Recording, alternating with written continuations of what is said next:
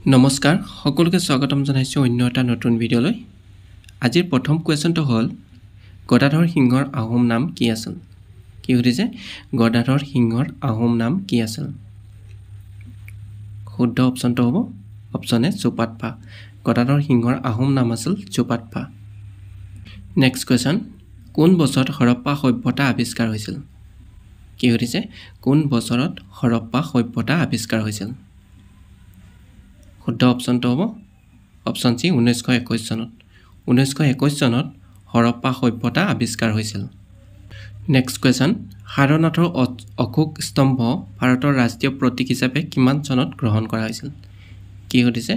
সাৰনাথৰ অশোক স্তম্ভ ভাৰতৰ ৰাষ্ট্ৰীয় প্ৰতীক হিচাপে কিমান চনত গ্ৰহণ কৰা হৈছিল শুদ্ধ অপচনটো হ'ব অপচন বি 1950 চনত 1950 চনত সাৰনাথৰ অশোক স্তম্ভ ভাৰতৰ ৰাষ্ট্ৰীয় প্ৰতীক হিচাপে গ্ৰহণ কৰা হৈছিল নেক্সট কোৱেশ্চন শিখ ধৰ্মৰ উপাসনা কৰা স্থলটোক কি নামেৰে জনা যায় কি সুধিছে শিখ ধৰ্মৰ উপাসনা কৰা স্থলটোক কি নামেৰে জনা যায় শুদ্ধ অপচনটো হ'ব অপচন ডি গুৰুদ্বাৰা গুৰুদ্বাৰ শিখ ধৰ্মৰ উপাসনা স্থলটোৰ নাম হ'ল গুৰুদ্বাৰ নেক্সট কোৱেশ্চন শব্দৰ প্ৰাবল্য জোখা এককটোৰ নাম কি কি হৈছে শব্দৰ প্ৰাবল্য জোখা এককটোৰ নাম কি শুদ্ধ অপচনটো হ'ব অপচন এ ডেসিবেল শব্দৰ প্ৰাবল্য জোখা এককটোৰ নাম হ'ল ডেসিবেল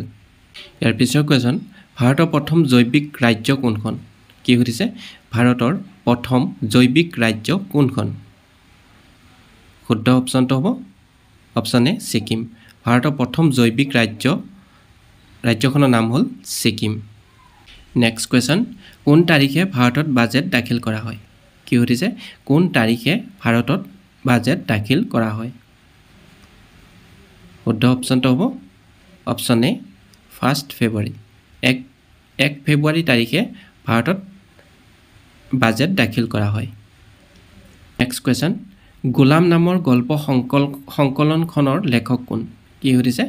গোলাম নামৰ গল্প সংকলনৰ লেখক কোন শুদ্ধ অপচনটো হ'ব অপচন এ সৌৰভ কুমাৰ চলিহা গোলাম নামৰ গল্প সংকলনখনৰ লেখক হ'ল সৌৰভ কুমাৰ চলিহা পিছৰ কোৱেশ্চন ঘুমাৰ নৃত্য তলৰ কোনখন ৰাজ্যৰ লগত জড়িত কি হৈছে ঘুমাৰ নৃত্য তলৰ কোনখন ৰাজ্যৰ লগত জড়িত শুদ্ধ অপচনটো হ'ব অপচন এ ৰাজস্থান ঘুমাৰ নৃত্য ৰাজস্থান ৰাজ্যখনৰ লগত জড়িত নেক্সট কোৱেশ্চন অসমৰ সৈনিক স্কুলখন কোন ঠাইত অৱস্থিত কি হৈছে অসমৰ সৈনিক স্কুলখন কোন ঠাইত অৱস্থিত শুদ্ধ অপচনটো হ'ব অপচন সি গোৱালপাৰা অসমৰ সৈনিক স্কুলখন গোৱালপাৰাত অৱস্থিত নেক্সট কোৱেশ্চন মাজুলীক কেতিয়া এখন জিলা হিচাপে স্বীকৃতি প্ৰদান কৰা হৈছিল কি হৈছে মাজুলীক কেতিয়া এখন জিলা হিচাপে স্বীকৃতি প্ৰদান কৰা হৈছিল আৰু ইয়াৰ কাৰেক্ট এনসাৰটো হ'ব অপচন বি 8 ছেপ্টেম্বৰ 2016 চনত 2016 চনৰ 8 ছেপ্টেম্বৰ তাৰিখে মাজুলীক এখন জিলা হিচাপে স্বীকৃতি প্ৰদান কৰা হৈছিল নেক্সট কোৱেশ্চন বিখ্যাত দাণ্ডি যাত্ৰাত ভাগ লোৱা অসমৰ ব্যক্তিগৰাকী কোন আছিল কি হৈছে বিখ্যাত দাণ্ডি যাত্ৰাত ভাগ লোৱা অসমৰ ব্যক্তিগৰাকী কোন আছিল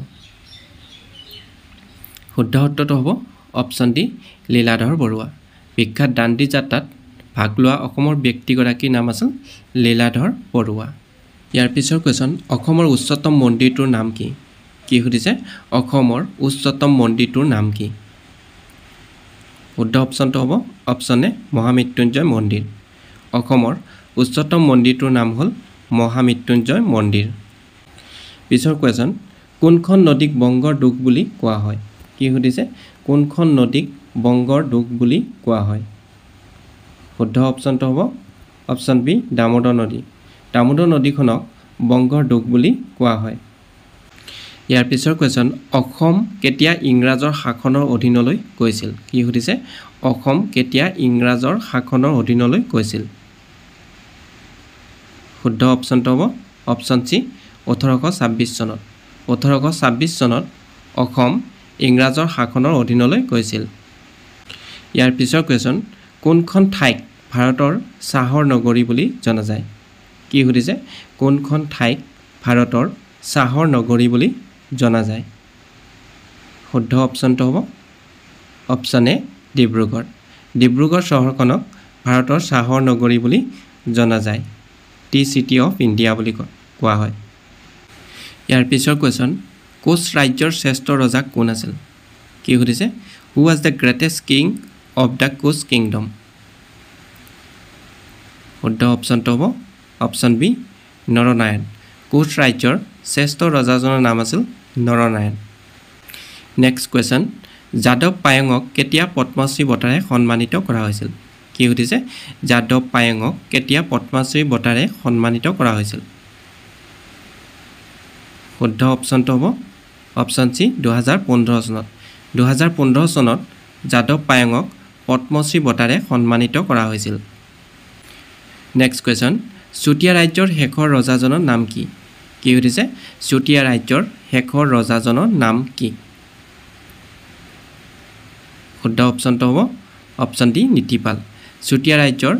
শেষৰ ৰজাজনৰ নাম আছিল নীতিপাল নেক্সট কুৱেশ্যন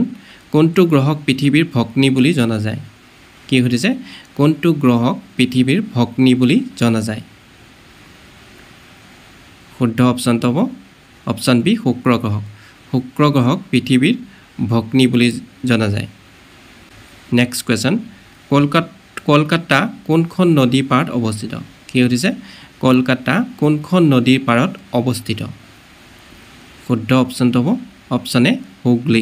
হুগলী নদীৰ পাৰত কলিকতাখন অৱস্থিত ইয়াৰ পিছৰ কুৱেশ্যন মিজুমলাই কেতিয়া অসম আক্ৰমণ কৰিছিল কি সুধিছে মিজুমলাই কেতিয়া অসম আক্ৰমণ কৰিছিল শুদ্ধ অপশ্যনটো হ'ব অপশ্যন বি 1662 খ্ৰীষ্টাব্দত 1662 খ্ৰীষ্টাব্দত মিজুমলাই অসম আক্ৰমণ কৰিছিল নেক্সট কুৱেশ্যন ৰাষ্ট্ৰীয় যুৱ দিৱস কেতিয়া উদযাপন কৰা হয় কি সুধিছে ৰাষ্ট্ৰীয় যুৱ দিৱস কেতিয়া উদযাপন কৰা হয় শুদ্ধ অপশ্যনটো হ'ব অপশ্যন বি 12 জানুৱাৰী তাৰিখে ৰাষ্ট্ৰীয় যুৱ দিৱস হিচাপে উদযাপন কৰা হয় নেক্সট কুৱেশ্যন খ্ৰীষ্টান ধৰ্মৰ পবিত্ৰ গ্ৰন্থখনৰ নাম কি কি সুধিছে খ্ৰীষ্টান ধৰ্মৰ পবিত্ৰ গ্ৰন্থখনৰ নাম কি শুদ্ধ অপশ্যনটো হ'ব অপশ্যন এ বাইবেল খ্ৰীষ্টান ধৰ্মৰ পবিত্ৰ গ্ৰন্থখনৰ নাম হ'ল বাইবেল পিছৰ কুৱেশ্যন অসমৰ একমাত্ৰ মীন মহাবিদ্যালয়খন ক'ত অৱস্থিত কি সুধিছে অসমৰ একমাত্ৰ মীন মহাবিদ্যালয়খন ক'ত অৱস্থিত শুদ্ধ অপশ্যনটো হ'ব অপশ্যন ডি ৰহা অসমৰ একমাত্ৰ মীন মহাবিদ্যালয়খন ৰহাত অৱস্থিত নেক্সট কুৱেশ্যন অসম ক্ৰীড়া দিৱস কোন তাৰিখে পালন কৰা হয় কি সুধিছে অসম ক্ৰীড়া দিৱস কোন তাৰিখে পালন কৰা হয় শুদ্ধ অপশ্যনটো হ'ব অপশ্যন এ 17 অক্টোবৰ তাৰিখে অসম ক্ৰীড়া দিৱস পালন কৰা হয় নেক্সট কুৱেশ্যন কৃষ্ণগিৰি পৰ্বত বুলি কোনখন পৰ্বতক জনা যায় কি সুধিছে কৃষ্ণগিৰি পৰ্বত বুলি কোনখন পৰ্বতক জনা যায় শুদ্ধ অপশ্যনটো হ'ব অপশ্যন বি কাৰাকোৰাম পৰ্বতৰ অন্য এটা নাম হ'ল কৃষ্ণগিৰি পৰ্বত নেক্সট কুৱেশ্যন 15তম বিত্ত আয়োগৰ অধ্যক্ষ কোন কি সুধিছে 15তম বিত্ত আয়োগৰ অধ্যক্ষ কোন শুদ্ধ অপশ্যনটো হ'ব অপশ্যন এ নন্দকিশোৰ সিং 15তম বিত্ত আয়োগৰ অধ্যক্ষ হ'ল নন্দকিশোৰ সিং নেক্সট কুৱেশ্যন ৰকি পৰ্বতমালা কোনখন মহাদেশত অৱস্থিত কি সুধিছে ৰকি পৰ্বতমালা কোনখন মহাদেশত অৱস্থিত শুদ্ধ অপশ্যনটো হ'ব অপশ্যন চি উত্তৰ আমেৰিকা ৰকি পৰ্বতমালা উত্তৰ আমেৰিকা মহাদেশত অৱস্থিত পিছৰ কুৱেশ্যন ভাৰতৰ প্ৰথম ৰাজধানী কি আছিল কি সুধিছে ভাৰতৰ প্ৰথম ৰাজধানী কি আছিল শুদ্ধ অপশ্যনটো হ'ব অপশ্যন বি কলিকতা ভাৰতৰ প্ৰথম ৰাজধানী আছিল কলিকতা নেক্সট কুৱেশ্যন ভাৰতৰ একমাত্ৰ পুৰুষ নদীখনৰ নাম কি কি সুধিছে ভাৰতৰ একমাত্ৰ পুৰুষ নদীখনৰ নাম কি শুদ্ধ অপশ্যনটো হ'ব অপশ্যন ডি ব্ৰহ্মপুত্ৰ ভাৰতৰ একমাত্ৰ পুৰুষ নদীখনৰ নাম হ'ল ব্ৰহ্মপুত্ৰ নেক্সট কুৱেশ্যন গুগলৰ মুখ্য কাৰ্যালয় ক'ত অৱস্থিত কি সুধিছে গুগলৰ মুখ্য কাৰ্যালয় ক'ত অৱস্থিত